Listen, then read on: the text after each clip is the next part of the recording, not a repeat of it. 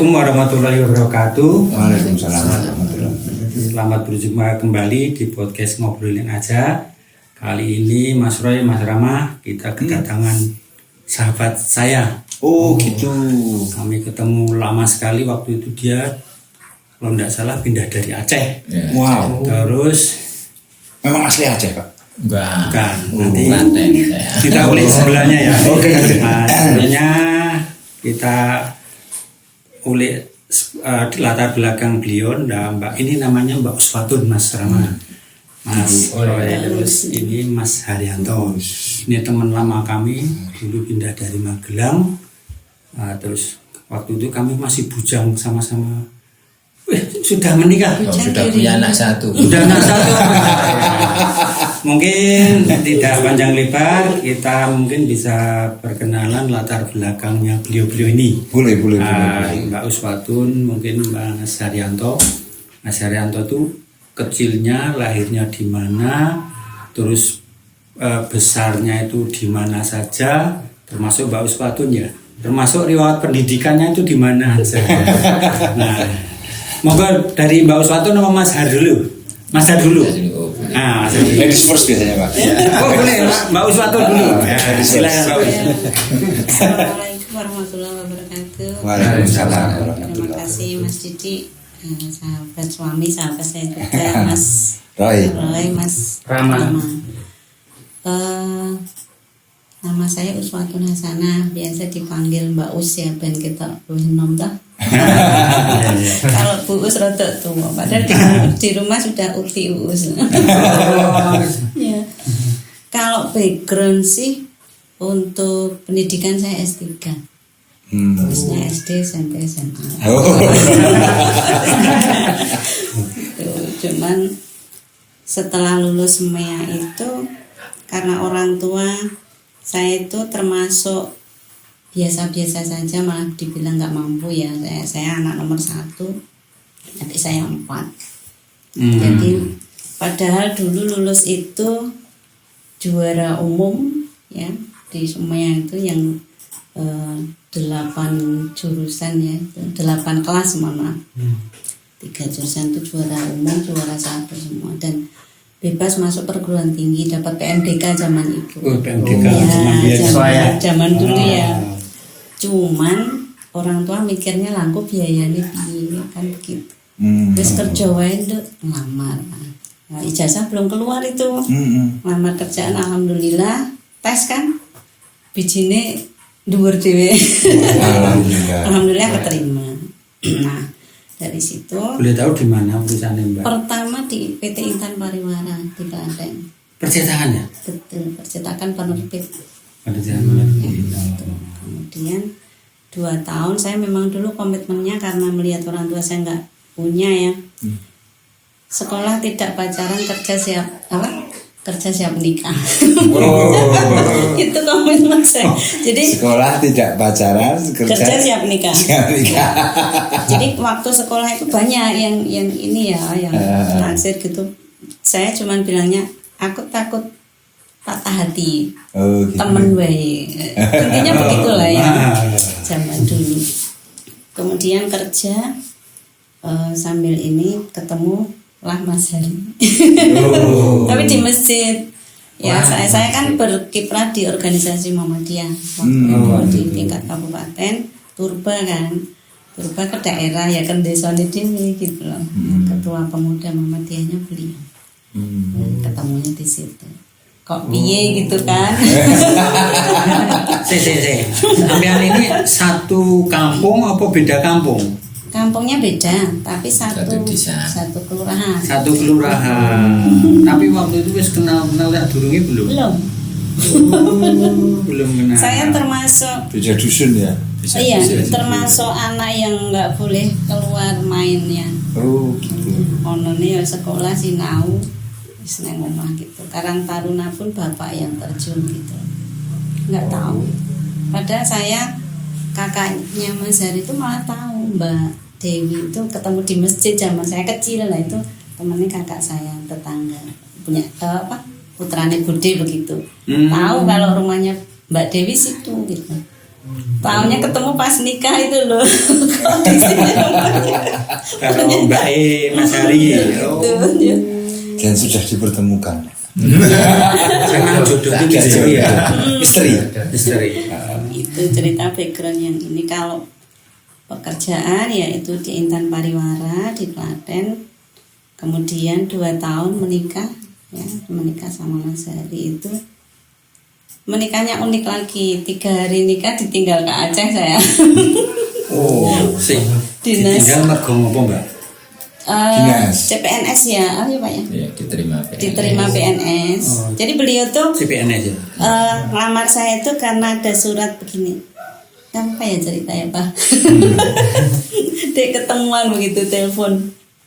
Masih Saya kan- watal saya- ya, iya. watal masih ada. Oh iya. Nah, telepon di kantor Sebut saya. poinnya. Telepon di kantor saya kan ya malu ya. Kan di meja manajer itu. Dek, oh saya ada telepon pacar siapa? Udah masih malu-malu. Terus ya cuman itu ketemu ya Dek. Saya kan masih takut itu ya ketemu di mana ya udah di warung bakso depan kantor ya yang aman lah. Aman. Ini kalau saya cerita beliau itu pesen es teler ya. Padahal saya kalau di kantin juga biasa ya minum es teler. Es teler Dek, apa bayangan saya? Wah takut nih teler Dek. Nanti sampai Diracun. kalau teler di sini ya pesen es jeruk mawon sampai saking takutnya ketemu. Saya bosan sampai sekarang insya Allah. Oh. Ya Mas masih Rama. gitu jadi terus beliau niatin apa namanya Surat penerima itu. yang CPNS itu. SK ya. Ya, SK Heeh. CPNS. Saya tuh baca kok rasanya gimana gitu kan kok kayaknya berat kok di Aceh gitu loh. Terus beliau tak pakai baju gelembra loh kok ujung-ujung sampai baju gelembra saya yuk Ya gelem. tapi saya matur Terlanjur sayang. tak matur bapak dulu ya beliau lah tapi pucuk kok matur bapak itu gitu. Ya terus tanya bapak saya suruh istiqoroh 1 minggu. Oh gitu. Oh, dikasih waktu 1 Ya minggu. karena apa ya orang tuanya Mas Hari itu kan tentara ya. Oh, sampai naik sersadu tuh. Oh, iya. Asli. Sama berarti kita. Podo. Ya jadi di kampung itu kan orang tua saya nggak ada ya, jadi takut gitu loh. Pemantupnya Nduk, ya nggak tahu Pak gitu ya wes sholat dulu. 3 hari ditanya, iya. Saya dulu kebetulan ya kalau ngimpi tuh kenyataan. Jadi saya tuh takut kalau ngimpi jelek. Oh. Kemudian 3 hari ditanya, piye? Ngeten-ngeten Pak, ya wis tambahi 3 dino gitu. 3 hari tanya lagi, piye Nduk? Begini Pak, ya wis jawab ya. Saya masih bingung kok jawab ya. Jadi saya tuh kemana terus ketemu beliau, Mas kan jawab ya lah gue kelembra kok kan manut bapak kan jawab ya gitu kok teko ya. Ya kula mantep mawon manut bapak gitu. Terus akhirnya itu lah nikah lah kita 3 hari ditinggal ke Aceh. Berarti selama 1 minggu ya ada 6 hari ya? Saya istiqorohnya 6 6 hari terus lihat sampai nikahnya tuh berapa hari? lihat hari ya Pak ya. Bulan? Berhitung Sebulan. bulan lah ya. Bulan ya? Ada Tembung-tembungan. Hitungannya ya cepet ya. Iya. cepat. Sebelumnya nggak ada Apa? pendekatan udah ada Pak berarti ya. Kalau Dulunya teman paling dulunya. enggak Nah, Oh enggak malah. enggak. Oh. Nah, itu tadi jumpanya waktu itu di masjid. di masjid Pandangan itu pertama gitu. Saya Setelah ketua. taruh ya Mbak ya? Taruh lah.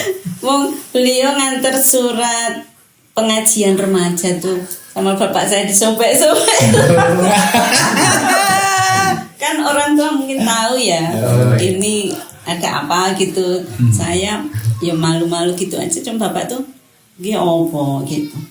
Oh saya takut banget gini marah. Ingat banget saya itu. Cerita background ini sih. Ah, jalan dari bapak. Sarif. Gimana? Dari sisi lahir dulu. Besarnya di mana? Bapak Oke, Mbak Us mau cerita sekolahannya yang kok dilempar ini. Ya. Assalamualaikum warahmatullahi wabarakatuh. Waalaikumsalam. Nama saya Haryanto, saya lahirnya di Klaten juga. Saya sekolahnya SD, SMP, SMA, terus D3. D3 alhamdulillah bisa sekolah melanjutkan S1 karena teman saya ini, Pak. Jadi ini betul. Oh iya. Karena ya toh, saya kan Pak Mas Didi waktu itu kuliah duluan atau sudah diterima PNS. Kuliah duluan ngomong saya sama saya, "Har, ora pengen S1 kok." Kira-kira gitulah ini. Ini tak silai buku sisaan gitu ya, bukunya di sama saya. Kebetulan ini putih juga Mas. Iya.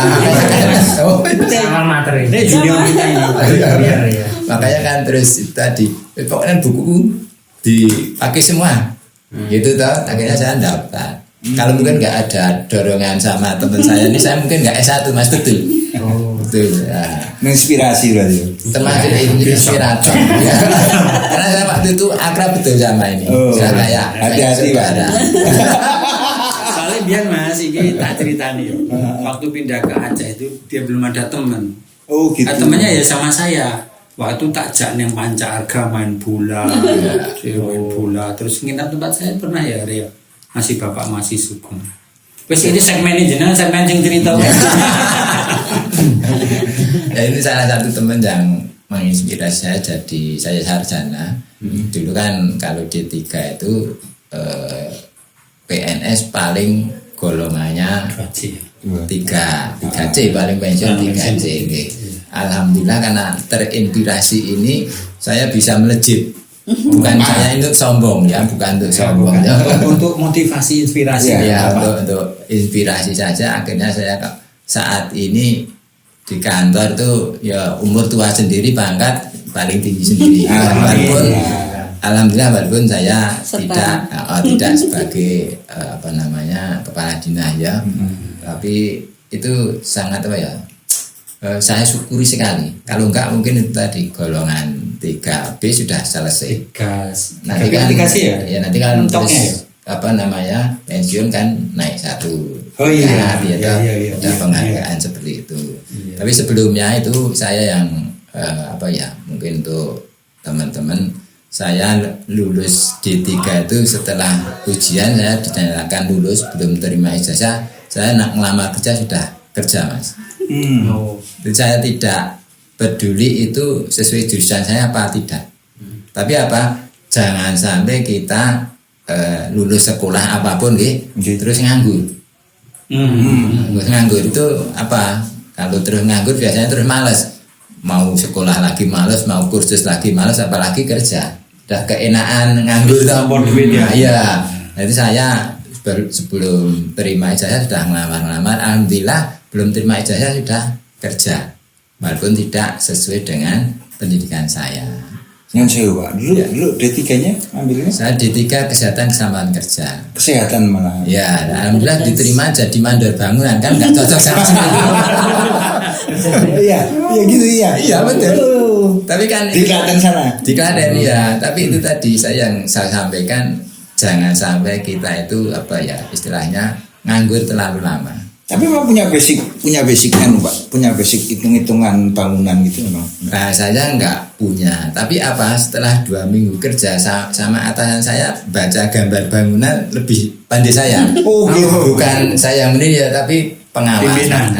Waktu itu kan kita kerja di sebuah perusahaan pemborong itu tahu Mas, pemborongan. Kan ada pengawasnya Ada pengawas, ada mandor ya. Dari PU. Ini kan pekerjaan pemerintah ya yang diborongkan itu. Saya suruh baca gambarnya, kok betul semua toh Pak Har? Gimana? Lulusan teknik bangunan toh? Enggak ya, kesehatan kerja. Kok sama bosnya malah Kesehatan kerja Hiperkes? Iya, Di mana tuh? Di UNS Solo. Iya, UNS Solo. Dan itu tadi saya prinsipnya saya nggak mau nganggur Mas, nggak mau nganggur. Setelah selesai kontrak di situ saya pindah pekerjaan sama sama-sama di kontraktor juga. Tapi setelah kontraktor habis, dia punya pekerjaan dulu bikin tegel ini toh, perusahaan tegel. Saya masuk di situ. Nah, sambil cari-cari pekerjaan yang sesuai pendidikan saya yang kesehatan keselamatan kerja, saya daftar PNS. Alhamdulillah 2 kali daftar saya baru diterima. Sempat 2 kali. Ya, pertama gagal, nggak diterima, terus yang kedua alhamdulillah diterima. Itu formasi ini pusat atau di Jawa Tengah? Aku dengar ceritanya kayak ada sinkronisasi sama film apa dulu yang zaman kita muda ini, Sidul. Itu anak sekolah. Bener ini kan ditegel juga kan? Dia mandor dulu terus ditegel bosnya yang botak itu, terus dia lulus dapat kerja di pemerintahan, dapat win itu motornya. Sama kayak Sidul ya itu kan nih. Hampir Ini Zainab nih berarti.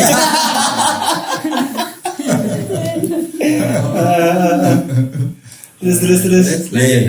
Kemudian yang menginspirasi saya lagi itu ibu saya. Kurang terutama ibu ya semuanya ya, tapi untuk pekerjaan ibu. Waktu itu saya kan tidak hanya daftar PNS, tapi daftar juga swasta yang lain. Kebetulan perusahaan buku juga, tapi PT-nya beda dengan istri saya. Saya diterima di tempatan Jakarta waktu itu. Sama ibu, saya matur, "Ibu, ini saya diterima kerja di perusahaan buku, jadi pemasaran buku, tapi di Jakarta." "Wah, jatahmu kino Klaten nunggoni bapak ibu." Nah, itu. Jadi babonnya gitu. Sampai bukan Ragil loh. Ragil. Bukan, masih punya adik satu lagi. Berapa saudara Tapi Bapak? cewek. Saya sebetulnya semuanya sama saya itu 9. Tapi yang 2 yang kakak yang kakak saya meninggal waktu kecil, jadi tinggal 7 sampai besar-besar semua toh. Saya lanjutkan ya. Kemudian saya patuh sama ibu. Saya memang ibu itu sayang sekali sama saya. Kalau dia boncengin motor itu senengnya sama saya. Ya kan, nggak tahu saya Cowok Ragil Kak. Nggak mungkin Cowok ya, Ragil. banyak sekali saya.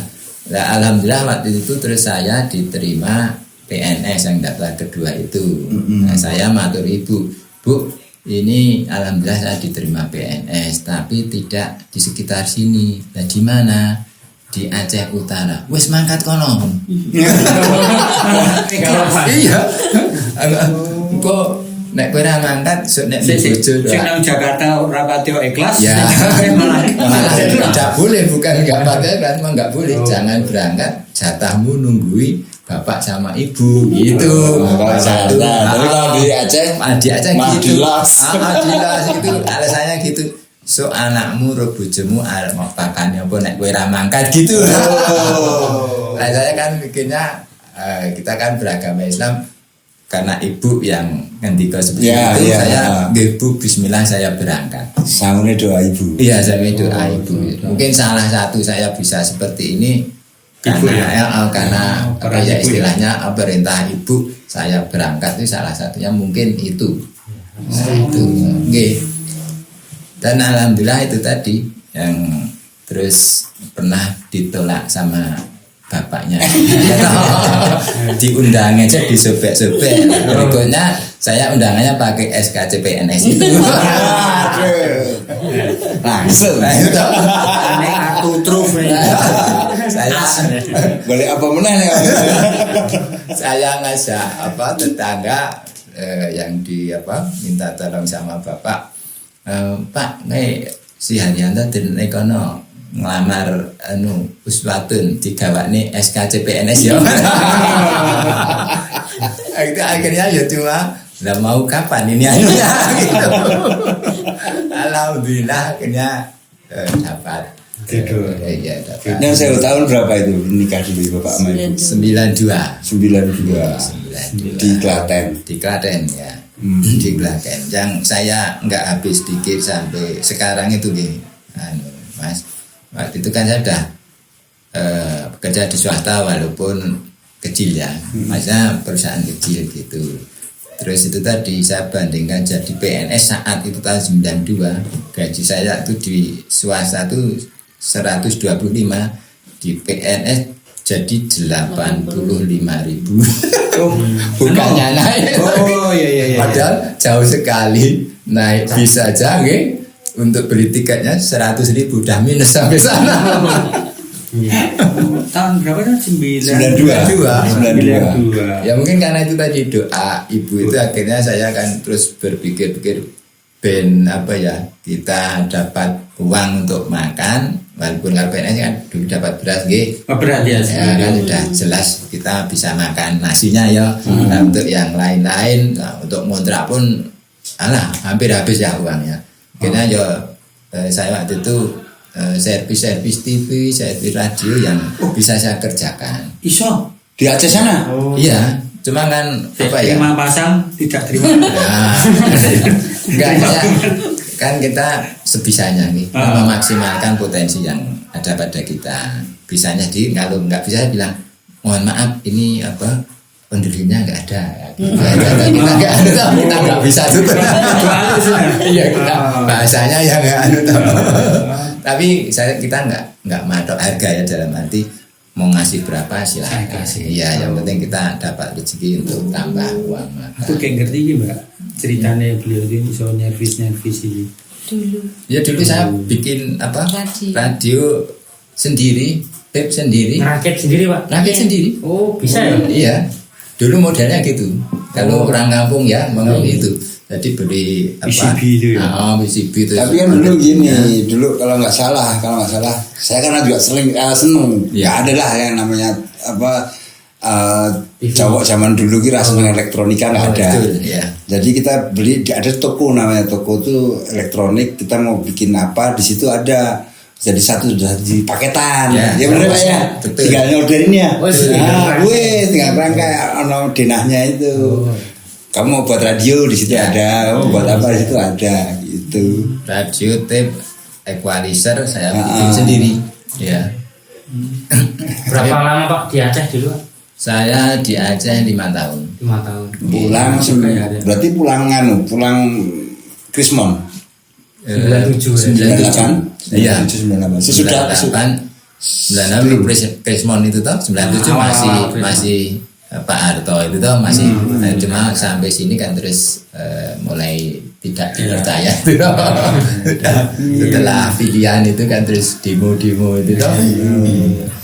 Memang dipindah di sini dinasnya. Enggak, saya waktu itu kan Mengajukan. kalau PNS kan minimal 5 tahun kan bisa pindah, mengajukan pindah asalkan syarat-syaratnya terpenuhi, yang nerima juga mau. Sebenarnya kan saya pengen pindahnya ke Klaten toh kan, saya asli Klaten biar biar biaya hidupnya agak rendah. Ya paling enggak kan Minimal beras ora bayar pula itu mahal. Tanggal tua ya ngomboin. Oh, bisa terus ke Magelang yang kosong. Nah ya waktu itu saya ke Klaten enggak menerima, saya terus ke Magelang kok diterima, alhamdulillah. Memang mungkin Jalan hidup saya ya jalan hidup saya harus di Magelang. Harus ketemu dengan barang. Ya, yang luar biasa ini Mas. Ini kan waktu itu kan dipindahnya di Magelang nggak bisa karena jabatannya sama. Ada yang sama cewek juga. Kalau cowok langsung dipindah diganti bisa. Nggak bisa. Terus pindahnya malah ke Tasik.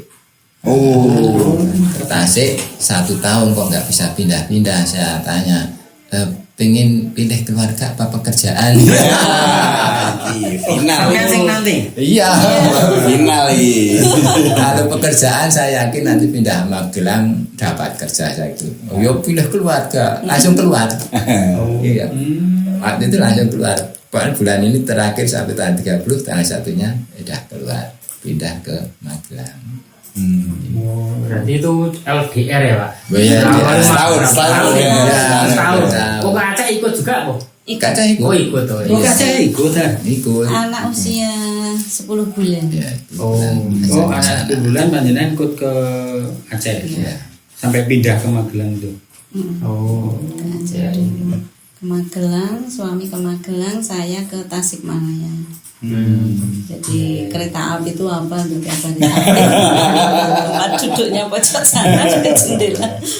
Saya tahu mas prosesnya beliau dulu pindahnya dia kosnya di Gedung Sari. Iya. Ya, Cuma di sini. Gedung Sari dulu ya waktu dia ya 97. ya. Berjuang jadi Perjuangan luar biasa anak ya. titipin di Mbah di ibu saya di Klaten, saya di Tasikmalaya, Aduh. suami di Magelang. Magelang. Saya 2 minggu sekali pulang ketemu di Klaten. Oh, ketemunya di sana. Di Klaten ya. Kalau suami. Ya kan kalau kita pikir-pikir kan uang cuma habis di perjalanan toh. Iya benar. Sudah nggak ngumpul sama keluarga, uang habis nggak bisa apa-apa. Iya di Tanteng itu saya ya berat ya dari muda udah kerja sampai posisi saat itu pimpinan keuangan. Kalau di Wah. perusahaan kan udah di bawah direktur ya toh. Iya, iya. Oh, kami udah menjabat. Udah dari waktu di Aceh itu udah pimpinan keuangan. Oh Aceh juga dipercayakan dengan juga. Cabang Bisa Mawai. pindah ke seluruh Bisa. Indonesia kan Karena ada. ikut suami kan pindah ke sana. Terus sekarang kalau boleh tahu sekarang di dinas apa Bapak? Saya di Dinas Pendidikan dan Tenaga Kerja Kabupaten Magelang. Menjabat. Saya fungsional pengantar kerja. Oh mantap. Udah berapa tahun Bapak di sana? Kalau sejak 97 sampai 2001 saya masih Depnaker nggih, Depnaker Oh, Kota Depnaker. Magelang. Nah, dari 2001 sampai sekarang di Dinas Tenaga Kerja terus, nggak pindah-pindah. 2001 sampai sekarang. Iya. Udah hampir 27 tahun. 5 tahun. Ya, Sudah 5 tahun ya. 25 tahun. 5 tahun. Kita ngambil posisi sekarang aja. Mungkin panjenengan ruang lingkupnya yang pengantar kerja itu apa ya maksudnya? Mungkin ada teman-teman yang mau tahu Mungkin juga tahu, informasi program-program dari pemerintah. Mungkin loker apa gimana Nah. mungkin ya. Atau mungkin kartu kuning syarat-syarat untuk mendapatkan kartu kuning mungkin ada yang lain mungkin bisa disampaikan informasikan ke teman-teman penonton podcast kita. Saya kan pengantar kerja itu menjembatani antara pemberi kerja dengan pencari kerja. Tugasnya itu. Nah, kalau seperti kartu kuning sebetulnya kan data kita saja ya, data kita untuk mengetahui kebutuhan pencari kerja itu apa. Misalnya datang ke kantor, Pak saya tuh pengennya kerja ke luar negeri misalnya itu. Nah nanti kita carikan perusahaan yang resmi. Kan mungkin berita kemarin ada yang kerja di Kamboja lah, iya toh, tinggal nama seperti itu. Ada kalau dulu di Arab Saudi, terus di sana nggak balik lagi, entah limbahnya di mana nggak tahu. Nah kita sebagai pemerintah kan menjembatani itu. Nah seperti kartu kuning itu kan sebenarnya kan untuk data kami saja toh mencari kerja itu maunya apa. Misalnya Pak saya tuh lulusan SMA pengen bisa menjahit misalnya cewek ya harus kursus dulu. Kursus yang gratis mana Pak? Ya di BLK, Badan Latihan Kerja Pemerintah. Wah, ada layanan itu ya Pak ya? Iya, ada. Baru tahu saya. Ada di Salaman ada. Ada Pak, ya. Murah ya. Itu menakar layanan itu tadi baru tahu. Kartu kuning itu. Iya, iya. Jadi kartu kuning itu bukan istilahnya bukan kebutuhan bukan kebutuhan pencari kerjanya sebetulnya, tapi kebutuhan kita datanya mau apa sih pencari tersebut, mencari kerja tersebut. Pengen kerja di misalnya di Batam, kalau dulu kan boom sekali sekarang memang agak turun. Agak turun karena itu tadi saya di depan saya sampaikan kalau bisa itu lulus kerja apapun. Nah itu kan sebetulnya kan mental itu, Ya, ke mental atau biar kita tetap semangat ya. Semangat pengalaman. Pernah Jangan sampai berhenti ya. betul. Pernah ada penjaga dari Magelang udah diterima di Batam, malah tidak ngabarin sudah bukan tiket sama perusahaannya. Akhirnya apa? Perusahaan di Batam udah nggak mau merekrut ke Magelang lagi. Aduh kita rugi sekali, merugikan teman yang lain ya, yang penjaga yang lain itu ya. Kadang-kadang kita yang si pencaker tidak menyadari bahwa itu dampak efeknya seperti itu. Jadi monggo ini mungkin yang mencari kerja nggih Iya. bisa ke Naker, atau kalau enggak kan ada juga Ada situsnya kan? portal-portalnya, Portal-portalnya, portal yang Kemenaker ada namanya Siap Kerja. Itu Siap bisa. kerja itu mungkin ntar di sini ya www.siapkerja.com. Websitenya Websitenya layannya. kemenaker.go.id. Oh, oke. Ada tak nanti isi. Ya, nanti kan kemudian yang Jawa Tengah ada sekarang Ayo Kerja Jateng. Oh, Ada yang juga. Ya, sebetulnya sama, cuma lingkupnya kalau Kemenaker Lebih luas. Ya, Kemenaker Pusat, kalau yang Jawa Tengah Provinsi Jawa Tengah. Pekerjaan di Jawa Tengah. Ya, intinya bisa daftar kartu kuning online di situ. Nanti cari bekerja di situ. Lowongannya tinggal klik saja. Tidak usah repot-repot. Kalau apalagi zaman saya dulu toh, kalau ngelamar pekerjaan beberapa perusahaan ya harus marani. Tulis kantor pos. Kalau sekarang yang tinggal klik aja Online, daftar, ya daftar. Mungkin bisa juga portal kerja yang swasta, misalnya JobDB atau JobStreet. Sama, JobStreet, ya. hampir sama lah, intinya hampir sama. Kalau tapi ini pemerintah ya. ya kalau yang Kemenaker itu pemerintah, yang Ayo Kerja Jateng pemerintah, kalau yang swasta Banyak sekali. macam-macam, Karir Hub juga ada toh. Seperti itu. Jadi yang penting jangan sampai rekan kita penjagar ngirim uang, intinya itu aja, biar nggak kena biaya gitu Pak. Admin gitu ya. Nah, admin ya ini berarti. kadang-kadang kan gini toh, ada lowongan, Mbak, Anda dipanggil untuk bayar sekian nanti diterima. Nah itu kadang-kadang kan cuma istilahnya oknum ya. Minimalisir yang kayak gitu-gitu ya. Enggak, warga Magelang pernah kena tipu seperti itu. Jadi dia ngaku dari perusahaan BUMN, terus suruh orang daftar toh, penjaga itu daftar, suruh ngirim uang akomodasi dan transportasi. Katanya mau diterima tapi di Rio. Sudah ngirim beberapa juta. Di tiketnya berangkat dikirim, yang pulang katanya nanti kalau pulang gitu toh. Akhirnya anak tersebut datang ke Rio. Nah, sampai di sana dicari alamatnya nggak ada yang tertera di online itu. Akhirnya balik, masih cerita sama saya, alhamdulillah masih untung Pak, saya bawa sangu double gitu. Masih bisa pulang, kalau enggak saya mau kemana? Ngurutang lantung. Iya betul kan, jauh toh, kalau mungkin cuma di Jogja kita gampang pulangnya aja. Sampai di Rio tuh nyata penipuan online ada seperti itu, seperti yang Mas Rai sampaikan tadi, itu malah lebih berani lagi tuh datang. Jadi mungkin selama ini kita kan kadang nemuin beberapa kasus, misalnya kita mau nyari kerja nih, tapi kok kita terbentur ijazah kita cuma segini nih gitu.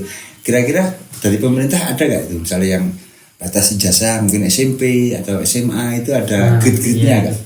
Maksudnya Yang di- lowongannya. Ah. Lowongannya sebenarnya kalau lowongan tergantung kebutuhan perusahaannya. Kebutuhan perusahaan. Kalau operator misalnya kan yang lowongan banyak itu biasanya di garmen.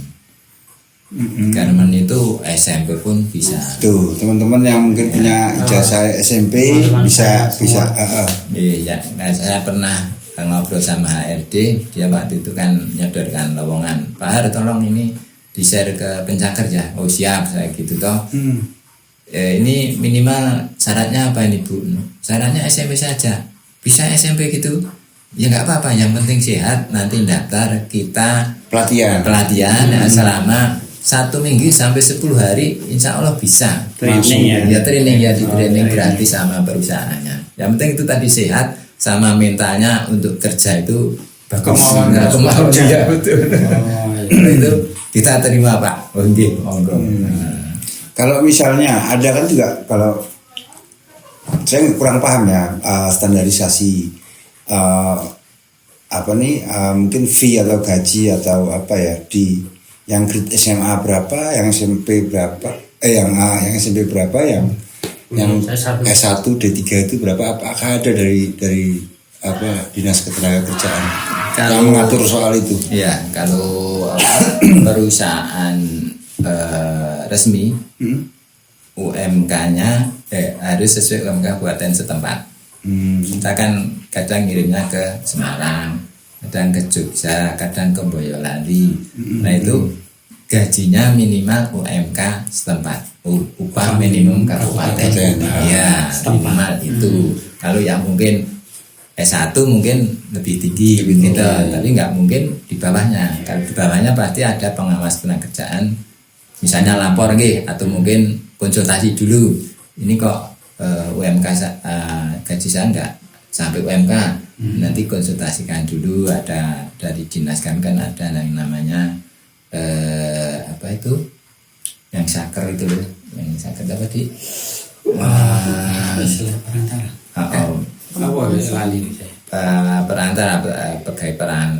Perantaraan kerja.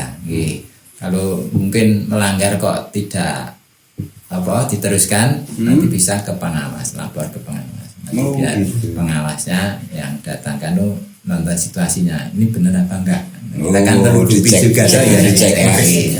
Kalau memang masih di bawah, ya harus dibayar sesuai UMK yang berlaku. Sejauh mana pemerintah melindungi tenaga kerja yang seperti ini, yang perusahaan-perusahaan nakal gini? Sampai saat ini, setahu saya yang perusahaan resmi biasanya UMK. Ya karena kan itu petugas itu kan keliling ke perusahaan itu ngecek sudah dibayarkan atau belum. Gitu ya. Soal Pak Nek, maksudnya perusahaan resmi itu sama ya, enggak resmi itu gimana? Beda nih. Maksud saya tadi perusahaan yang berizin resmi sama perusahaan perorangan. Nah gitu loh. UMK. Nah, kan kalau perorangan kan beda tuh. Misalnya perorangan freelance. PT gitu ya Pak. PT itu ya. Kan ada industri gitu kan. Berarti sudah ada PT, CP gitu ya. Oh gitu ya. Izin pemerintah ya itu ya. Saya stop dulu ya, nanti dilanjut lagi ya. Sekarang kembali ke Mbak Us nih. Mbak Us sekarang kiprahnya, kegiatannya mungkin usahanya sekarang opo ya Mbak Us? Nah, saya kerjaan utama ibu rumah tangga. Ya harus itu. Harus yang utama karena saya memang pagi, yang penting jam 6 sarapan siapkan gitu dulu. Wajibnya. Iya toh.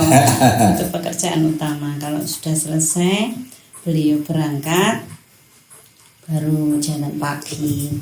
Ben sehat toh wis tuwa. oh jalan pagi rutin ya? Insya Allah, ini baru diusahakan rutin. Oh, berarti tidak jalan kakinya sendiri, dia udah berangkat. Iya, nunggu beliau berangkat. Tiap pagi riwa ya Pak ya. Pokoknya beres dulu. Nah, paling ya depan rumah itu kan ada lapangan voli. Berapa kali muter gitu udah selesai. Udah, itu beres-beres baru kegiatan saya itu. Prinsip saya adalah selagi Allah kasih kesempatan saya harus gerak. Siapa tahu Allah kasih rezeki. Ya siapa ngerti tambah kantongnya kan gitu toh. Ya itu. Saya pengen karena dari muda kerja itu Mas Didi. Ya kantong sendiri tuh pengen lah walaupun sudah tua ya. Sudah punya cucu gitu. Kegiatan kalau KTP saya sih konsultan. Ya, KTP-nya konsultan keuangan bisa. Karena background saya sebenarnya akuntansi, ya S3-nya tadi. Kemudian saya ambil gelar profesi itu CFP, Certified Financial Planner, itu di UI. Ya, itu. Jadi tugasnya membantu masyarakat merencanakan keuangan masa depan. Aslinya. Financial freedom gitu ya orang. Ya, gini. Banyak ya. Kalau bahasa saya begini. Sisihkan uang mulai dari sekarang saat kita masih bisa kerja kan. Jadi anak itu kan bukan jaminan ATM buat kita di masa tua ya enggak. Misalkan Mas Didi ya toh, sisihkan tuh nabung buat pensiun begitu loh. Kan anak itu bagi saya bukan jaminan ATM gitu. Jadi tidak semua anak itu nanti saat orang tuanya sudah sepuh itu akan kayak kita ngopeni mereka zaman kecil kan begitu. Ya ada yang baik, ngopeni wong tuane banyak, tetapi yang tidak juga banyak. Tapi kita sebagai semuanya saat masih berproduksi, saat masih bisa bekerja, sisihkan buat masa tua ya, untuk jogo awake dhewe begitu. Nah itu di CFP-nya gelar saya itu saya membantu merencanakan masa depan yang lebih baik. Jadi misalkan keluarga, kemarin saya di Boyolali, Bu saya itu suami saya polisi, saya bidan. Wah, setelan yang bagus tuh. Tapi kok utangnya utangnya banyak, berat gitu loh. Terus saya bantu analisa, boleh nggak open sama saya gitu. Open pengeluarannya, terus asetnya apa, duitnya kemana aja, kemudian pengeluarannya apa, uang masuk berapa, saya bantu hitung tuh. Jadi saya bantu analisa mana yang ini kebutuhan, mana yang keinginan yang bisa kita hilangin ya kan. Ternyata beliau berat di beli tanah mangkrok nih, apa namanya mangkroknya? Jadi tanah kosong doang, mangkrak ya. Nggak produktif tanah. Nggak produktif. Jadi dia ambil kredit di situ benar. Jadi kok saya ini ya Bu ya dua-dua kerja kok kayaknya kurang aja gitu nih, yang salah di mana? Jadi dia kebanyakan di hutang tuh kan harus sekian persen tuh ada ilmunya. Dari aset ya. Dari penghasilan. Ya, hutang sekian persen, nanti nabung sekian persen, untuk dana darurat sekian persen itu ada. Ya, gitu. Itu konsultan keuangan. Yang kedua konsultan haji dan umroh. Oh gitu. Perjalanan religi. Biru. Nanti boleh Mas Rama, Mas Didi, Mas yang mana yang Roy Rama. Saya juga juga nyambi biru juga. Iya nanti kami bisa bantu untuk salurkan di biru yang amanah. Ya, untuk beberapa kali. Kalau sekarang yang saya sekarang lagi megang perusahaan apa nih? Yang konsultan ini? Pribadi. Oh pribadi. Yang tadi itu yang polisi sama itu. Ya itu kalau keluarga, kalau misalkan kayak kantor dulu kayak Depnaker gitu, koperasi nih bikin RAT, laporan selisih ya Pak ya? Selisih. Kayak kemarin pernah di kantornya suami itu Pak Budi apa yang pegang bendara, Mbak, aku kira laporannya serampung. Iki bener nih kok dititurah 8 juta ya. Koperasi ya. Terus saya bantu audit. Udah selesai, cuman nggak pasang tarif saya. Misalnya kalau ada perselisihan antara investor dengan perusahaan itu juga bisa diaudit itu. Bisa. Nah, saya lebih ke laporan keuangannya ya, jadi boy data. Kayak kemarin ada satu perusahaan, Mbak aku kok tahun ini rugi terus kenapa ya? Udah kita bantu analisa keuangannya gitu. Ada salah di mana gitu. Mungkin pengeluarannya di ini, ternyata ada beberapa pengeluaran yang tidak tertagih kan ada gitu. Dan takut nagih gitu loh, si bos ini takut nagih. Nah ini uang mandek kan di situ banyak ratusan juta gitu. Jadi ada perusahaan itu 1 tahun rugi hampir 1 miliar gitu kan. Gitu kan. Banyak juga ya. Ya seperti itu kalau di instansi. Kalau di keluarga ya kayak itu tadi misalkan oke kok kudu piye begitu, tapi kok ini kurang lain. Nanti kami bantu analisa. Kurang syukuri paling itu. Nanti saya ajak umroh. Itu benar. Asik gitu. Itu bisa langsung begitu dapat konsultasi. Jadi jawabannya gimana Bu? Jawabannya ini. Kiwa tekenen tawi. Yang ketiga konsultasi bisnis. Oh iya. Saya emak-emak tapi suka berbisnis. Ya. Mau dibilang bisnis sampai boleh. Sampai di mana konsultasinya, sampai di mana? Iya, saya lebih ke ini ya, karena saya orang keuangan ya tentunya modal yang kecil tapi yang menghasilkan banyak. Apa itu? Seperti tadi saya bilang kopi juara.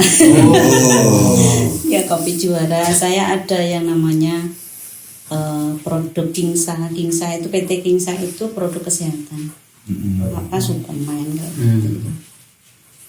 Jadi kayak misalkan yang PT Kingsa ini saya ngajarin bisnis begini, modal 200.000, daftari 20.000, hasilnya nak 1,5 tahun 43 miliar mana? Mau tuh ya. Nah, nanti konsultasinya sama saya. Itu per jam itu konsultasinya. Jadi Liren aku motret. Ya. Liren aku motret. ya ini kebetulan kantornya di Jogja. Jogja, dan ini kebetulan teman-teman itu di komunitas anti riba. Saya itu kemarin tertariknya itu. Jadi yayasan kami yang sama suami sama bapak-bapak di perumahan itu kan ada unit Hafiz Quran yang rumah Hafiz, ada unit toko sedekah, ada unit apa yang satu beasiswa untuk anak yatim dan duafa. Kebetulan di yayasan saya bendahara, beliau pembina. Kalau di toko sedekah saya wakil ketua. Ya. Toko sedekah ini kami menerima apapun Sedekah. barang bokai, bosan pakai. Ya. Kebetulan ada teman perusahaan yang dulu di asuransi. Mbak Us, aku punya baju-baju ini masih bagus-bagus. Beliau dulu punya butik kan. Butik sekarang udah alih profesi di PT Kinsa yang modal 200.000 itu. Banyak nih udah di mobil Mbak. Terus kebetulan saya pas di Jogja, terus ya wes COD aja di kantor ini pas aku ada acara, ya kan. Saya ke situ dong nyamperin baju-bajunya. Suaminya gini, Mbak kan ini kunci mobilmu tak bawa kayak banyak. Kayak temani Mbak Heni. Mbak Heni udah di depan gitu. Mbak Us, aku lagi acara, tinggal sebentar lagi yuk melebu. Tak baca kok komunitas anti riba. Ya kan itu ruangannya begitu. Saya tertariknya itu sebenarnya. Apa sih? Tak dengerin kan. Penasaran ya. Penasaran. Ya, ternyata tadi bisnis yang modal 200.000 kalau jalanin sistem dengan benar ya, edukasinya benar, itu penghasilan kita 43 miliar per bulan seterusnya. Ya sama, menggiurkan. harus tergiur ya, harus tergiur. Karena apa? Prinsip ekonomi kan juga pemasukan harus banyak-banyak, pengeluaran sedikit. Ya, Prinsip ekonomi. Ya. Prinsip ekonomi. Oh, benar-benar. Itu sih. Aku ngerti Mbak kegiatan Uswatu saya. Ibrahim memang ulet Mas Roy. Dari dulu. Dari ya, sekarang aja. Hebat wanita hebat. Karena saya dulu Laten itu. ya, saya dulu pengennya begini. Kalau mohon maaf ya, ibu-ibu yang lain itu kan biasanya ya pah gitu kan. Saya tuh pengennya kalau suami beli baju aku yang beliin, suami beli apa. Itu cita-cita loh ya. Cita-cita saya dulu. Mulia. Gitu. Kalau cita-cita saya Iya. sudah menjalani. Coba tanya waktu saya penghasilannya besar ya Nun, saya mau ya Bang, yuk neng atas ya. Apa mau apa? Celana panjang kayak Mas, udah lah. Kalau saya sudah menjalani itu.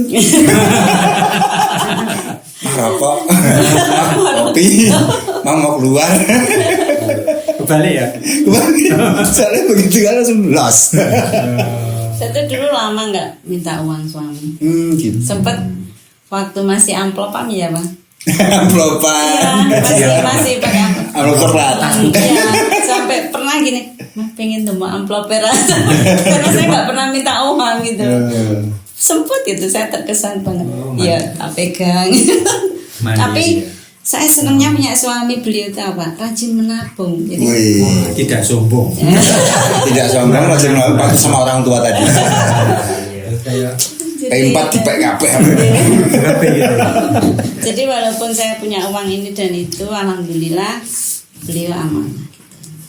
Semoga sampai akhir hayat. Amin. Ibu, aku mau nanya Ibu. Iya. Misalnya ada gak sih yang sesuai, bukan peraturan tapi menurut Ibu yang sesuai dari misal kita dapat penghasilan suami itu yang harus dibagikan berapa persen yang ke rumah tangga atau Manajemen keuangan keluarga ya. Kalau saya waktu punya uang banyak, Waktu. pokoknya uang suami tabung semua. dari kerja suami tabung semua. Ya, ya Pak. Yang buat keluarga dari ibu. Mau kondangan, mau beli apa, Ibu. pokoknya ini. Oh gitu, itu yang sehat. Sayang. Oh, Tapi kalau untuk dari sistem tadi manajemen keuangan ya, Rumah tangga gitu ya. Iya. rumah tangga itu kita 50% ya kan. Itu maksimal untuk kebutuhan rumah tangga. oh gitu. Maksimal loh ya. Nabung itu 10%. 10. Terus dana darurat 10%. Maksimal kalau nabung 30%, 10 sampai 30%. Itu wajib itu. Enggak boleh enggak. Saya dulu pernah zaman rekoso ya. Sama Yes. gaji beliau masih berapa ya? Di Ngembek itu berapa ya, Pak? 200 1 juta Tinggal di apa Ngembek. berapa? Iya, tinggal di Ngembek saya.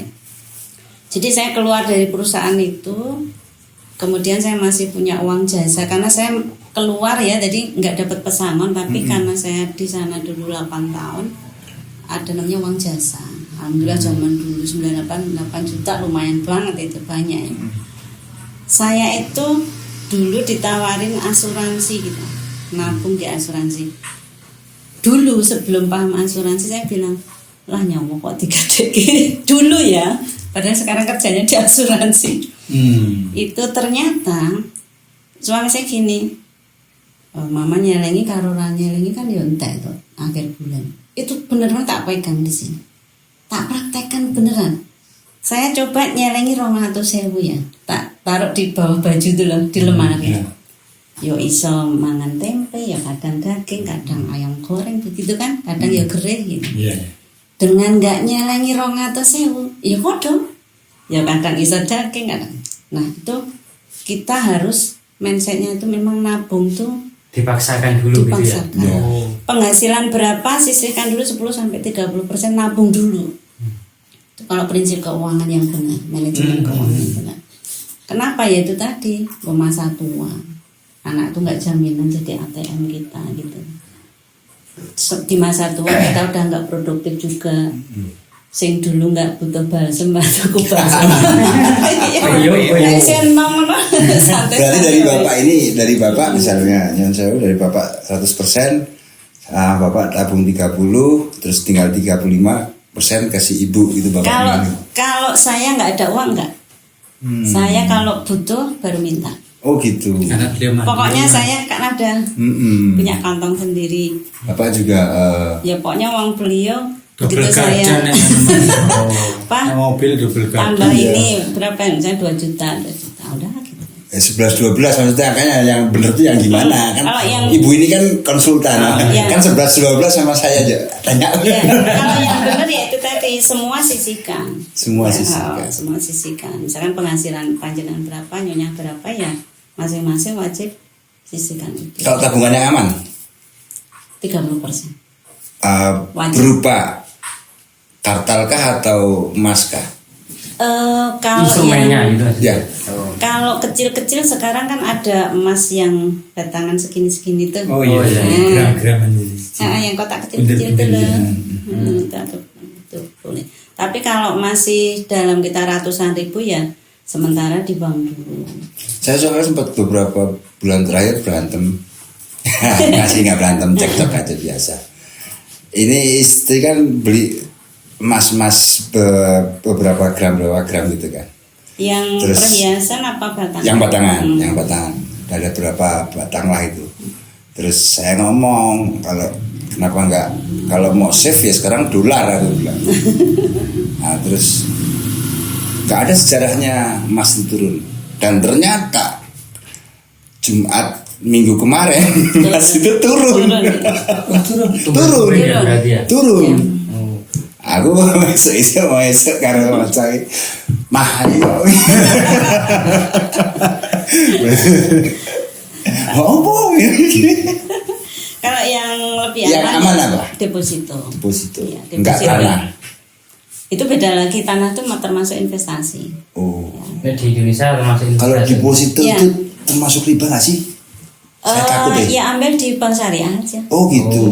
Yang kita masih nganut MUI ya. Iya, iya. Kemarin ya saya tuh ketemu pengusaha rumah makan Padang sampai bilang aku MUI nggak percaya mbak. Tinggal di Mekah saya bilang. Nah ya toh, kita di Indonesia ya. Masalahnya kan Indonesia. sekarang kita mau nabung tanah. Yang dulu kalau orang tua kita zaman dulu terus kok lemah gitu. Sekarang 2 tahun diambil pemerintah. Piye meneh iki jan.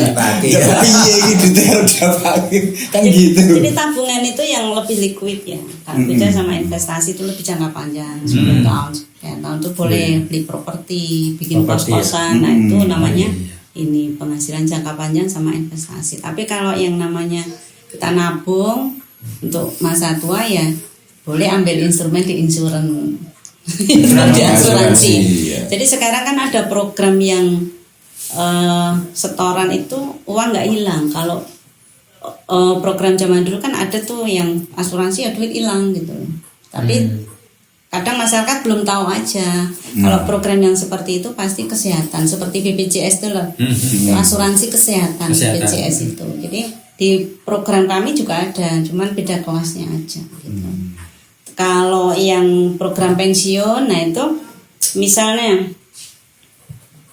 suami saya lah ya. Kita manusia tuh nggak tahu ya, di KTP juga nggak tahu kapan tanggal mati, bener ya? Adanya tanggal lahir. Tapi itu kan kejadian pasti, ya karena gunanya kita menyediakan dana masa tua atau buat yang suatu saat kalau ditinggal harus ada ya pemakaman, harus ada ini kan sekarang juga perlu uang kan. Nah waktu masih bekerja seperti ini sisihkan lah, terus minimal 10%. Kalau 5 juta ya 500.000 itu harus dipaksakan. Harus. Saya suami tuh alhamdulillah punya yang namanya polis insulin. Jadi kalau terjadi resiko meninggal misalkan dalam waktu kontrak 25 tahun ke depan, misalkan nih 500 miliar cair, padahal setorannya baru berapa, misalkan beliau setorannya 1 jutaan nih, walaupun lagi setor sekali nih terjadi resiko Tuhan ambil 500 miliar cair. Di asuransi ya itu. Sama kayak di BPJS tenaga kerjaan Pak ya. Iya. Sama. Saya sering bercanda sama istri saya sih kalau pas puasa gitu tadi kemarin bercanda. Wah ya kok sepi ya. Aku pateni wae. Takut. Tapi sayangnya kalau di gunung nggak cair. Karena itu Ya bercanda. Kriminal. Iya, saya juga Ratunan gitu. saya juga sering bercanda sama calon klien karena kan istrinya begitu, terus suaminya besok paten dulu ya. Saya guyonnya begini, Pak, tapi harus berhasil meninggal ya. Soalnya kalau cuman sentik-sentik nih nggak cair. Oh iya, memang kejadian. Iya kan? Karena nggak meninggal. Sekarang kembali ke Pak Har sekarang yang di alam pemerintah itu di bidang ketenaga kerjaan itu kira-kira masalahnya apa? Di bidang ketenaga kerjaan sekarang istilahnya peluang kerjanya baru turun. Investasi kan ekonomi turun otomatis. Bukannya kemarin digelontorkan banyak buat Dana Oh, malah meningkat beda. Kemarin kan HS setelah digelontorkan sama Pak Purbaya itu kan HS langsung buka cabang gede-gedean. Oh itu Wah, itu kan menarik semua tenaga kerja kan itu. Itu enggak loh. Ya kalau Tidak berdampak. khusus HS-nya itu ya yang SPTHS ya itu kan memang baru terus banyak sekali, tapi yang lainnya baru Yang settle itu malah turun. Malah pengurangan, Pak. Enggak ya? Kalau pengurangan ya enggak juga, tapi kan ekonomi turun biasanya investasi juga turun. Pasti Ya kan karena ekonomi turun konsumen kan juga konsumsinya kan pasti turun juga toh. Apapun itu biasanya ikut turun. Nah itu. Kiat-kiat pemerintah apa menghadapi kayak gitu? Kiat-kiat pemerintah ya kemungkinan yang kita laksanakan di dinas kami itu tidak bekerja secara formal tapi wirausaha. Jadi kita kita ada paket pelatihan kewirausahaan, salah satunya buka barbershop, barista, tata kecantikan, ya seperti itu contohnya. Menjahit, kan Mas Dipel. Menjahit. Kalau menjahit kan biasanya untuk kerja ya, untuk kerja ke kebutuhan. formal ya, tapi kalau yang apa namanya yang tadi Wirausaha seperti itu kan mandiri. cuma beberapa hari ya, paling seminggu nggak sampai 5 hari lah. 5 hari itu kan kalau mentalnya berani biasanya nggak usaha ya biasa. Tapi kalau memang mentalnya nggak berani untuk Maju usaha mundur, maju ya mundur, cuma ikut pelatihan selesai ya sudah. Nah, itu kan Itu tadi saya ada sampaikan di depan tadi iya. itu tuh. Yang penting mental dulu. Ya kan kita kan untuk sukses itu kan 3 kunci utama gitu. Kita punya ilmu, kita punya keterampilan, punya attitude. Kalau ilmu kan dari Nomor telu, Mas. Ilmu itu apa? ilmu kan Oh, ilmu.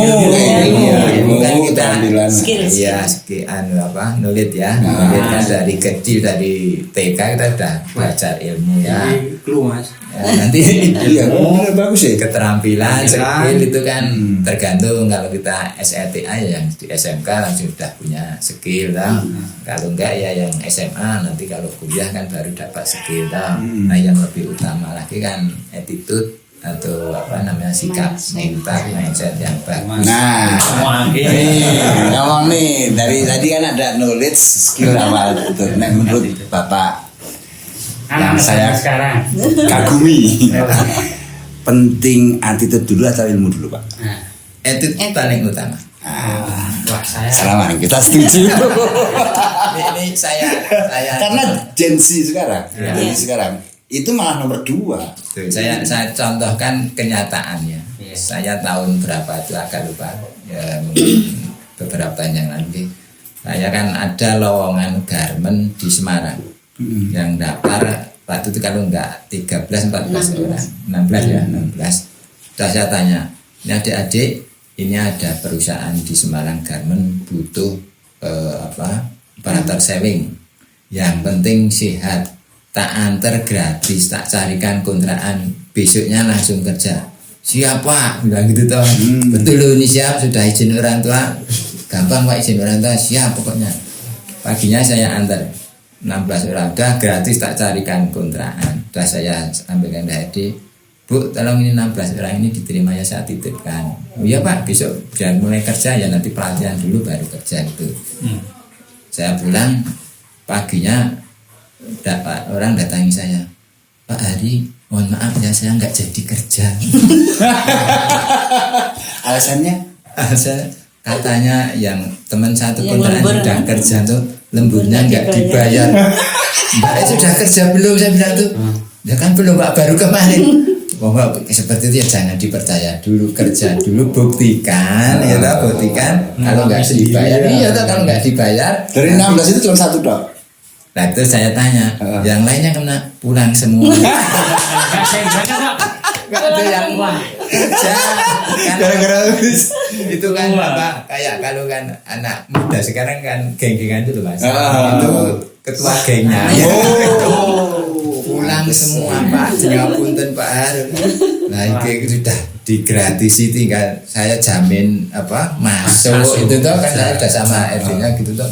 Kok pulang semua terus gimana? Rayu kalau kayak Jauh padahal. ngendi kan Iya, perusahaan. jauh sih kita kan tuh sudah berikutnya kan nggak enak lagi. Ah, Kita Waktu baru sudah langganan sama saya, sudah berkali-kali saya antar seperti itu. Tapi yang 16 itu dari tadi tahu seperti yang satu orang ke Batam itu yang bikin malu betul-betul malu.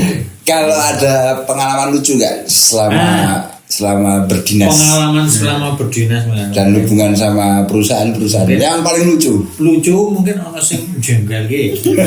Jengkel lagi mau tuh sih. Sing lucu sekarang. Lucu apa ya? Lah lucu lah. Mbak Suatin siap-siap. Harus itu ibu. Lucu sama perusahaan ki mungkin Apa nggak yang mungkin kita- mencakernya yang lucu apa gimana ada? Ya itu tadi mungkin menjengkel termasuk lucu juga. Ya campur. Saya bisa ketawa.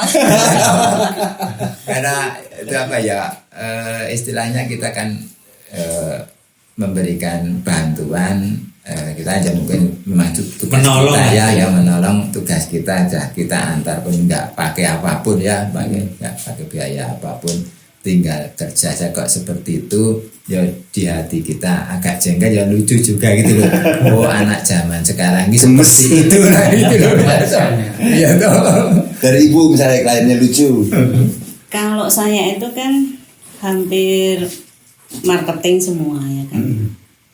Untuk Gen Z ini kan kalau waktu ketemu begini, wah gengsinya gede banget. Wah siapa ini Bu? Yang saya suka ini ya. Iya. Potong lah. Saya itu 2 hari job fair ya Pak, wawancarai yang siap begini itu ada 121 anak yang baru lulus tuh. Yang nggak cocok Pak, ini kerja di lapangan. Oh ya Bu, ya enggak langsung nyingkir. Nah, yang oke ini 121 orang, sampai saya serak loh 2 hari ini jelasin kerjaannya, penghasilannya begini-begini. Tekan gone berapa Pak itu? 3 orang. Jadi dari 121 kan kita panggil yang datang. BUP ya, BUP itu Business Opportunities Presentation. Jadi kita kasih presentasi atau penjelasan peluang pekerjaannya seperti ini, penghasilannya seperti ini, yang kalian mau kemarin gitu kan. Ini alasan pakai apa kayak Bu saya ini udah dapat kerjaan dan lain sebagainya. Padahal kemarin milihnya, oh saya pilih yang di lapangan Bu, biar ini jiwa saya itu begini-begini. Pokoknya pede banget. Saya kalah pedenya waktu wawancara pertamanya. Yang datang itu yang dari job fair itu 3. Dari 121. Yang masuk ke sistem 1. 1 setelah training dan lain sebagainya. Kalau dikasih tahu penghasilannya semangat 45, enggak 45 lagi 54 saking semangatnya. Tetapi kerjanya begini, padahal saya kasih ini ya contoh, ditemenin dan lain sebagainya, cara ngomongnya begini itu udah kita kasihin. Tahu-tahu begini, Bu kayaknya susah deh. Susah apanya? Ada nggak saudara ini? Suruh catat berapa coba? 5 orang yang kira-kira dari saudaranya itu yang bisa nabung 500-an. Siapa ya Bu? Kok tanya saya? Akhirnya yang satu ini apa? Bu saya kayaknya nggak sanggup deh. Ini Gen Z. Kalau untuk ini belum yang saya kasih tahu yang model digital ya. Padahal saya pikir kalau Gen Z kan digital, oke lah nggak usah ketemu orang ya. Pakai handphone dan lain sebagainya, mau di TikTok, mau di Facebook, mau di ini, oke Instagram. Bayangan mereka itu kayak takut duluan sama bayangannya sendiri gitu. Jadi seperti tadi attitude itu nomor 1. Harus. Kalau saya mental, bahasa saya mental. Gue berani di lapangan, ketemu orang. Saya kalau tes kan begini. Udah tasmu taruh, jamnya tinggal, dompet, handphone tinggal. Cari uang 100.000, ini di pinggir ruko. Siapapun temuin balik ke saya 10 menit bawa uang 100.000. Saya kalau ngetes begitu. Tes mental aja. Tuh. Ada yang dapat, ada yang, Bu, lah caramu gimana lah? Baru tak tanya. Ada yang dapat. Caramu gimana? Saya masuk FIF Bu, ada manajernya. Bu saya tolong. Pokoknya dia, saya tes mental dulu ya. Caranya nanti kan teknis ya kita ajarin, cuman dia berani enggak? Tapi nggak ada yang nyopet kan tuh? Ada yang dapat cuman 1 orang. 1 orang. Terus saya tes tim saya yang di Sragen. Kita ajak makan soto tuh. Kan banyak yang jajan tuh. Mas 10 menit dapat 10 nama, nomor handphone anak. Banyak tuh yang jajan. Berani nggak? Kalau nggak bayarin kita sama leader. Berani dong ketimbang bayarin dompetmu bawa sini. Nanti cek katanya betul. Kan nggak ini, nggak sanggup dong. Ya udah dia walaupun dengan terpaksa tapi kan mental. Tanya, kasih kertas, kasih pulpoin.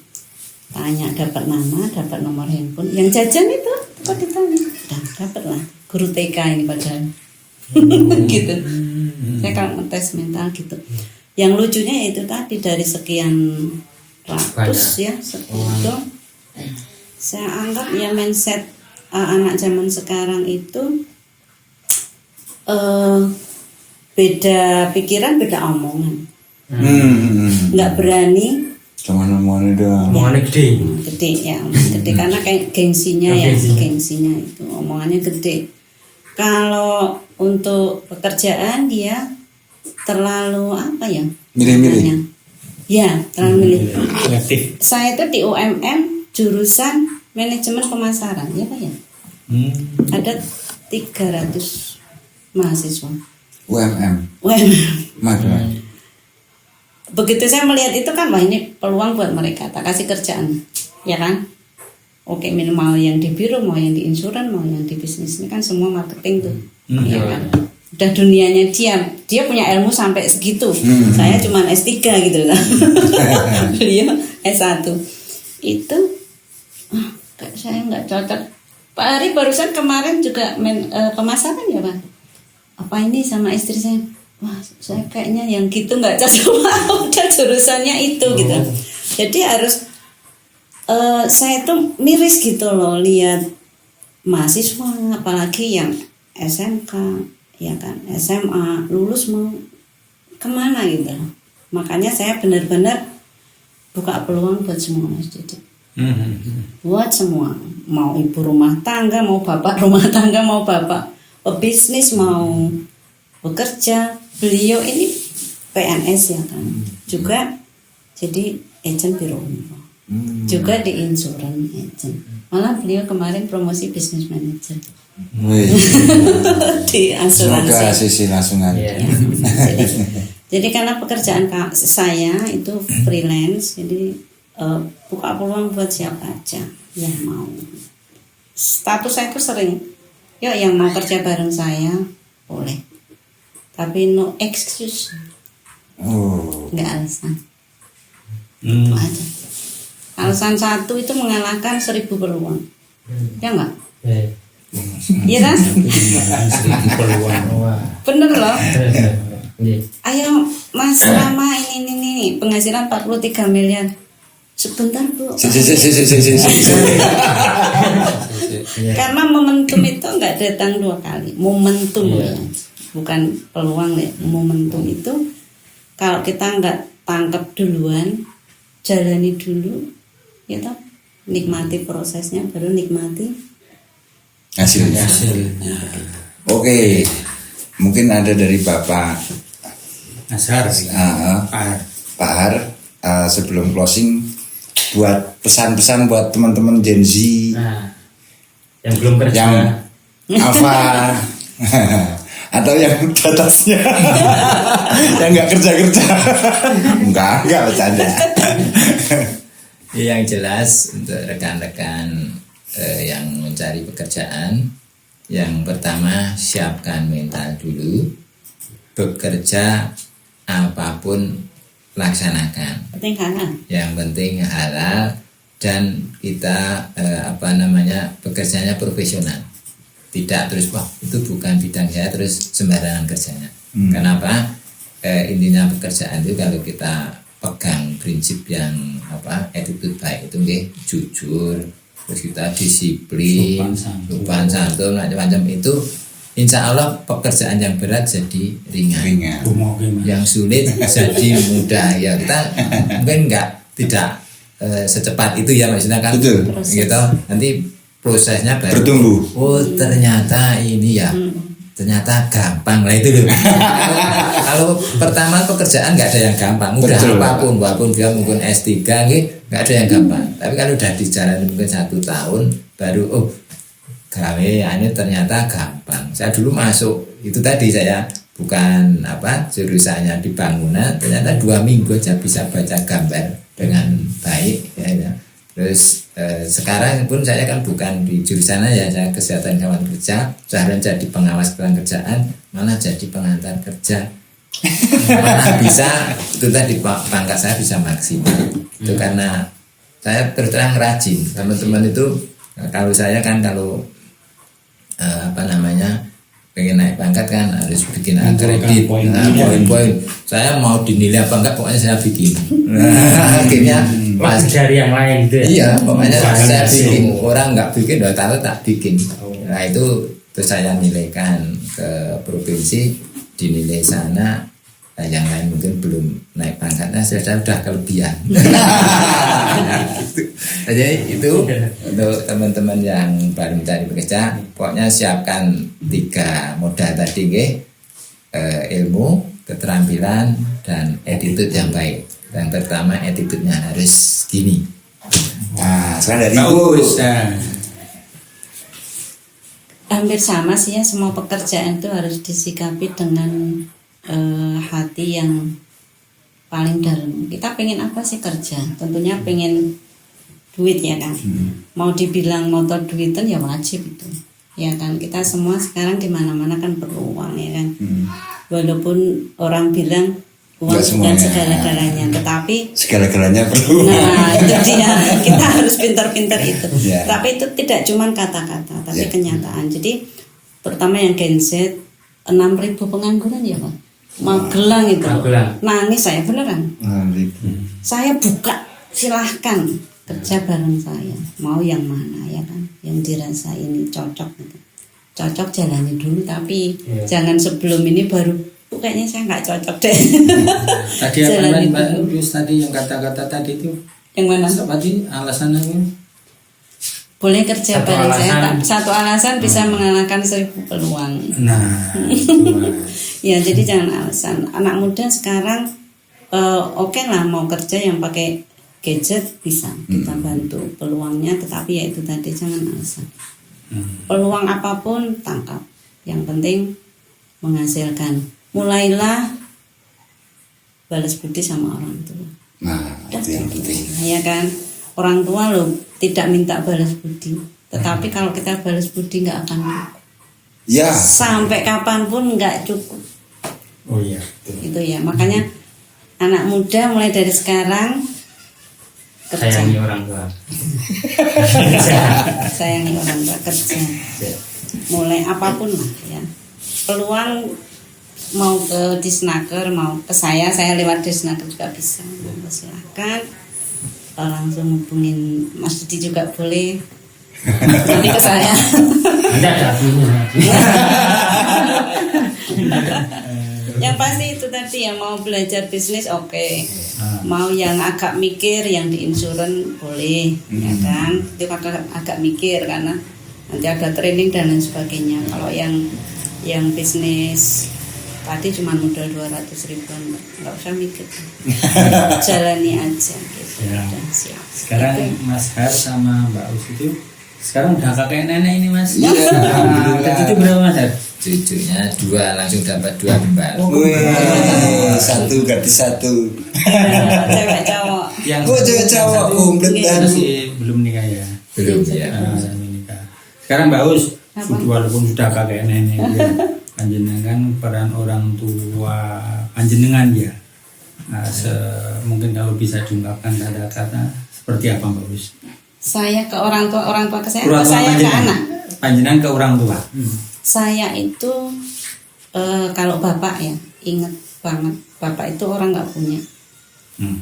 Didik saya keras ya, didik saya keras kayak dulu zaman sekolah orang tulen beneran sinau beneran saya. Bapak apa dulu? Kami. Penjahit ya, walaupun laki-laki bukan penjahat loh ya. Penjahit. Oh, penjahit. Ya, bapak saya itu penjahit. Di kampung itu hampir semua home industri juragan soon yang Oh, tidak soon. itu bapak saya toh. Jadi orang yang nggak punya. Tapi alhamdulillah 5 anak ini kalau orang kampung bilang nek sinau itu do ke rumah gitu. Oh. Nek DPR us garape. Pindah. Kalau ibu, oh, Mbak. Ibu rumah tangga murni. Ibu bapak yang menjahit. Ya, dan saya alhamdulillah kalau sama orang tua itu melihat sosok beliau itu sangat inti hati. Seumur hidup saya sampai sekarang itu melihat beliau tidak pernah berantem. Sampai sekarang. Wah. Kalau misalkan ibu agak naik dikit, bapak godain. Oh. Iya, ketawa-ketawa gitu, punya tuh apa tuh bu? Apa tuh? Ada aja. Pokoknya enggak pernah sampai ini seumur hidup saya. Gitu. Istimewa. Ya. Dan pesan bapak itu dari yang tak pegang adalah berbuat baiklah sama siapapun dan jujur. Itu yang tak pegang dan tak praktekkan sampai sekarang. Saya sama pengemis sama siapa, insya Allah bisa ini. Mau orang bilang kelas bawah, mau bilang ini, insya Allah tetap saya hormati. Karena mereka manusia juga. Oke. Kalau Mas Har? Sama orang tua. Orang tua itu orang nomor satu di hati saya. Terutama bapak itu dengan anak yang hidup sampai besar 7 orang itu luar biasa memberi nafkahnya. Sudah waktu saya sudah pensiunan tentara, terus nyambi satpam, nyambi menjadi petani. Padahal kalau dihitung-hitung kan pensiunan kan mungkin bisa untuk menghidupi tapi tetap kerja keras untuk keluarga. Dan ibu saya juga termasuk orang yang tadi yang saya hormati sekali. Saya nggak boleh tadi kerja saya nggak berangkat. Tapi waktu diterima di PNS di Aceh harus berangkat, bismillah saya berangkat. Saya hargai sekali kedua orang tua saya itu karena memang betul-betul luar biasa di dalam untuk keluarga, untuk keluarga itu intinya ya. Bagus sekali Mas ya. Sangat. Pak Didi, Pesan teman satu, monggo. yang untuk masih punya orang tua terutama ibu, mau usaha apapun, mulailah minta maaf sama ibu dan minta doa restu, insya Allah dikabulkan. Karena doa ibu Manjur ya Mas. sama Allah tuh itu. Panjang hayat. Iya. Gitu, terima kasih. Closing statement Madi. Oke. Mungkin obrolan kita cukupkan sekian. Banyak poin-poin yang kita ambil Malam hari hikmahnya ini. ya. Hanya cerita-cerita yang inspiratif, yang edukatif. Mungkin bisa diambil saripatinya. Mungkin tidak panjang lebar. Kita akhiri podcast ada kali ini. Saya Didi. Saya Rama. Saya Roy. Uus. Haryanto. Saya akhiri. Wassalamualaikum warahmatullahi wabarakatuh.